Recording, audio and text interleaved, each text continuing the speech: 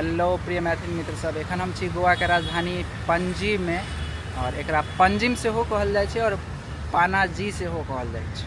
तो एखन हम आयल छी पणजी में आइनॉक्स, जतऽ फिल्म फेस्टिवल काल्हिसँ शुरू होयवला छै। 21 से 25 तक फिल्म फेस्टिवल हेतै, जाहिमे अलग अलग देश के 81 कंट्री के फिल्म मेकर्स पार्टिसिपेट करते। तो एखन हम फिलहाल देख सकै छी व्यू सी के बहुत सुंदर सुंदर लोकेशन है और गोवा तो ब्यूटीफुल है। और जे एतुका लोकल लोग सब है ओकर सबके यह कहनाम है कि भाई जे सब विदेश नहीं जा सके ने, अगर अहाँ विदेश नहीं जा सके छी तो अहाँ गोवा आबि सकै छी।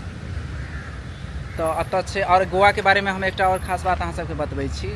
गोवा के बारे में ई खास बात है कि पूरा देश में स्वतंत्रता दिवस जैसे से 15 अगस्त के मनायल जाइ छै, लेकिन गोवा में जैसे से स्वतंत्रता दिवस अहाँ के मनायल जाइ छै 19 दिसंबर को। मतलब 19 दिसंबर का स्वतंत्रता दिवस अतः मनायल जाइ छै। सोचि सकै छियै, अतः पूरा देश आज़ाद भऽ गेल रहै 1947 में, लेकिन गोवा आज़ाद भेल रहे 1961 में पुर्तगाली से। तो ई छल खास बात जे हम गोवा के बारे में अहाँ सबके बतबै वाला छलहुँ हैं।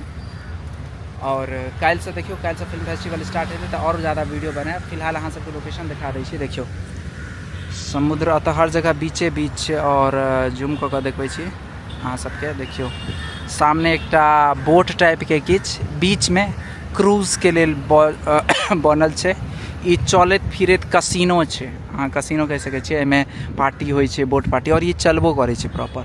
और ओतऽ एकटा सेहो कसिनो छै, देख सकै छियै। गोवा में ई सब चीज़ अहाँके बहुत ज़्यादा चीज़ भेट जाएत। ओतऽ एकटा सेहो प्लेन के शेप में कसिनो छै, मतलब समुद्र के बीच बीच में गोवा स्पेशली पार्टी, दारू पार्टी यह सब चीज़ के लिए फेमस है। मेन जे गोवा है यहाँ पे दारू पार्टी यह सब चीज़ के लिए लोग आबै छै एतऽ चिल करे के लिए।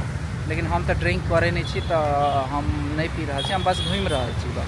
तो मिले छी यहाँ सबके अगला वीडियो में। बनल रहो।